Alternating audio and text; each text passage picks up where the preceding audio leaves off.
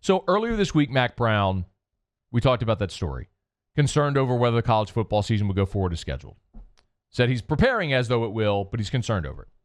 Well, Kirk Herbstreit was on with Freddie and Fitzsimmons on ESPN Radio Thursday night, and he said this, which has sent shockwaves through a lot of college football.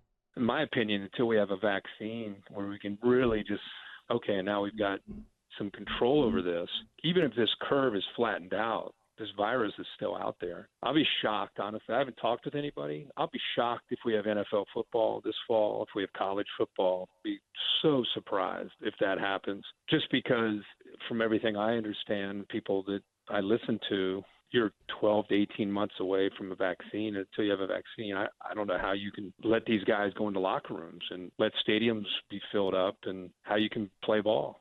So Kirk Herbstreit shocked, his word, shocked if college football in the NFL is played this fall. That quote is going all over the country. You know what the biggest miss on this is? ESPN face planted here. That was on Freddie and Fitzsimmons on ESPN Radio. Someone at TMZ heard it and typed up the story around Herbstreit's quote.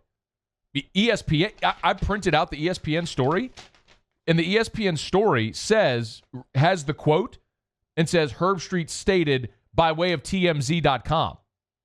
Like ESPN.com referenced TMZ, which took a quote from ESPN Radio. Someone's sleeping on the job. Maybe all like that quarantine work from home ain't doing so hot for everybody. Anyway, one more from Herbstreit. Can you play number 2, please, Musso? He elaborated a bit more on the situation as a whole. With the optics of it, if I'm a commissioner, I'm in charge. If I'm the NCAA, I just don't know how you can do that. Next thing you know, you got a locker room full of guys that are sick, and that's on your watch. I wouldn't want to have that. As much as I hate to say it, I think we're scratching the surface of where this thing's going to go. So Kirk Herbstreit, I want to say, so many times when you read something, you lose the context of tone, delivery, all of that which provides the texture to the words. And when you hear it, it's a much more thoughtful, deliberate approach than when you read Kirk Herbstreit shocked if there's a college football season, right? When you listen to it, it sounds much more tempered and thoughtful and respectful and a lot of those things. So, and I want to say to Kirk Herbstreit, of course, who's entitled to his opinion, we're all entitled to our opinion. It doesn't mean he's right. The other thing that I would say is, and of course, I want there to be a college football season. I want there to be an NFL season, like Herbstreit does and like we all do, okay? But the other thing that I would say is, look at all of the circumstantial evidence in our country, in the sporting world, everywhere. The Kentucky Derby has already rescheduled for September. The Indianapolis 500 has rescheduled for August 23rd. Major League Baseball today released a memo. They're discussing games in May. NFL has had free agency, and they're moving forward with their draft next month. The NBA has said they intend to crown a champion this year. There is so much evidence from decision makers in positions of power among billion-dollar industries to suggest we are planning to resume life by fall.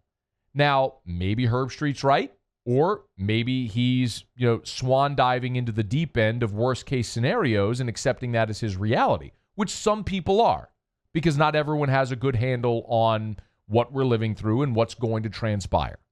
And he's basically making that judgment based on the vaccine alone. Okay. And it's a very tempered approach.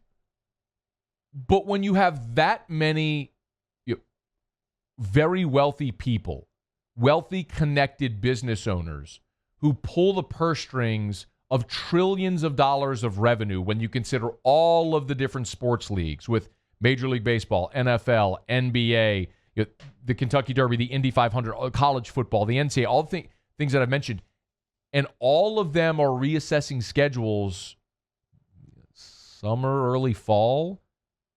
To say on March the 27th that you don't think there's going to be football is super presumptive, and that's the kind of thing, that's the kind of narrative that has bred a lot of hysteria in our country.